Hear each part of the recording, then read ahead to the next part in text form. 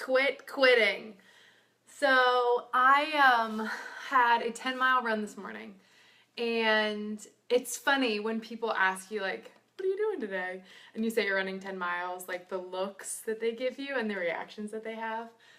And that's fine. I get it. Not everybody likes to run. It's like not everyone needs to go out and run 10 miles. I'm not at all suggesting that. But I think it's funny because usually what people's reaction is that they're shocked by that, and then they say, "Oh, I could never do that."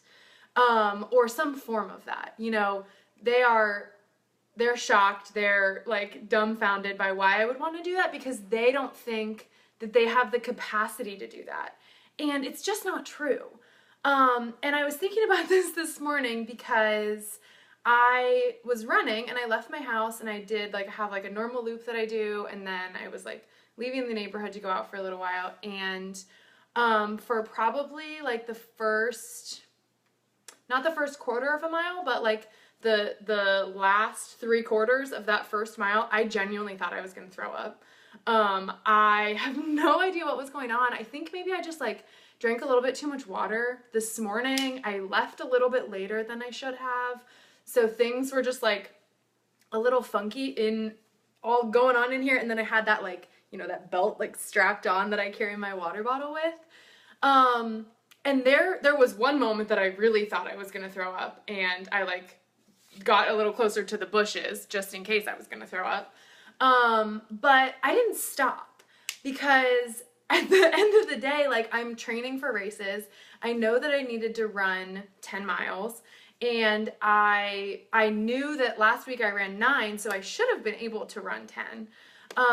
Like in my brain, I knew that. I knew that I was physically prepared. I fueled well yesterday. I was hydrated.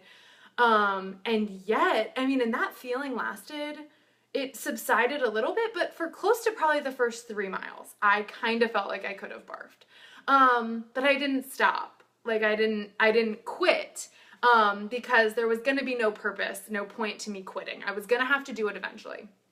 And what I tell people, especially when it comes to running, people who think that they can't run, who tell me they can't run, their body doesn't like it, it doesn't feel good, it's hard, it hurts.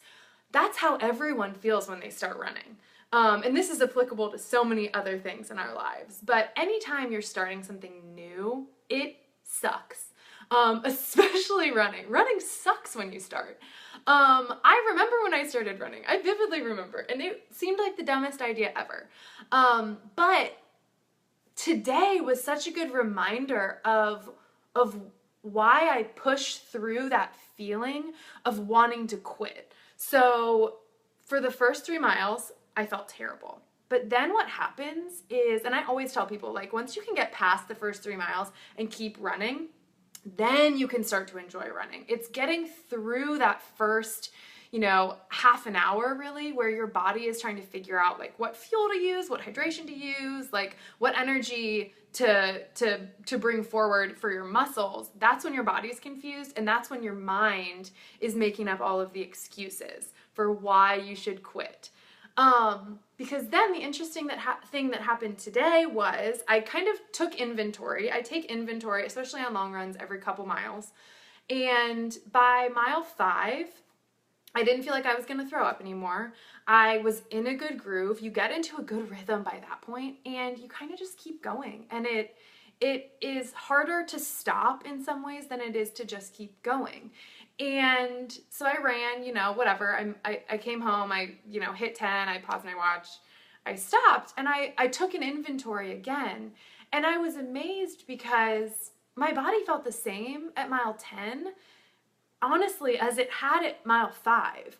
So it wasn't like I had taken this like dive. It wasn't like I struggled at the beginning and I got through it, and then I crashed. I felt great, and I feel great now because I pushed through it. I didn't give up.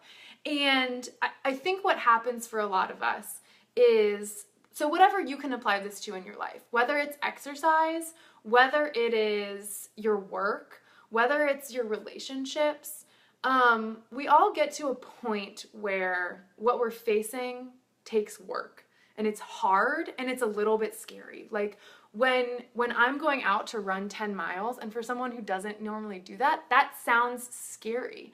But the thing is, like, I know that it's going to be good for me, and I don't know what that end result is until I try, until I give it my best effort, and until I move through some of those obstacles.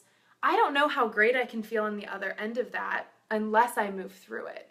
And I think in a lot of instances in our lives, we give up too soon. We let that I'm gonna barf feeling. So whether that's like in business, whether that means, you know, like if you're in sales, like making all your calls, or, you know, building your presence or building your brand, or whatever it is that you need to do that's hard in your life, or in your relationships, in your friendships. When you know, if you live in a new city and you're trying to build a new network, it's hard. It is hard to go out, to put yourself out there. But it's worth it. And once you get over that hump, then you can really excel. Then you can see how good you can feel. And the sense of accomplishment, once you've broken through those barriers. And so anyway, I don't know. I was just thinking today, like, there's so many instances in our lives where we let our excuses take over. We let our excuses weigh us down to a point where the fear that they create, we let it get blown out of proportion, and we let it hold us back from achieving wonderful things and from reaching our goals, and reaching not even our goals, but reaching things that we didn't even know existed on the other side of that struggle. We're always going to be encountering things that challenge us, that scare us, really, you know, like there was a big part of me this morning that was afraid that I was going to fail. And then, like, what do? I mean, that's a major part of a training. Like, I'm in the thick of it. And like, what are you in the thick of right now in your life? What is it that's challenging you that maybe is making you feel like you can't go on beyond it, and you're gonna try and figure out how to, like, kind of like skate around it? Don't skate around it. Get over it. Work to figure out what you need to do to push yourself over that hump, because when you get to the other side of that, there's so much strength, there's so much wisdom, there's so much power in getting over that. But you're never gonna get over it if you keep quitting. So just don't quit. Whatever you're trying to do right now, just, you're on the right path. And if your end goal, if you know that it's something that you really want, don't let those moments of weakness and those moments of fear hold you back from pursuing the things that you want, because we all have that. We all have those moments where we doubt our capabilities. We doubt whether or not we're doing the right thing. But you have to just trust yourself in that you know what's good for you. You know in your gut if you can do it. And you're stronger than you think you are. And I know I say this and I write this all the time, but you're capable of so much more than you realize. And so we just all need to stop quitting so easily.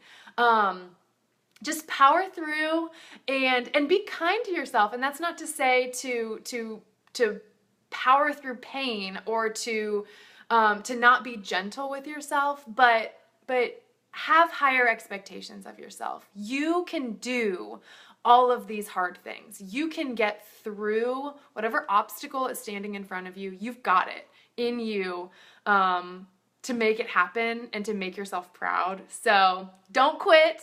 Have an awesome Saturday. And that's all. That's all I got for you. Hope you guys are having a great weekend.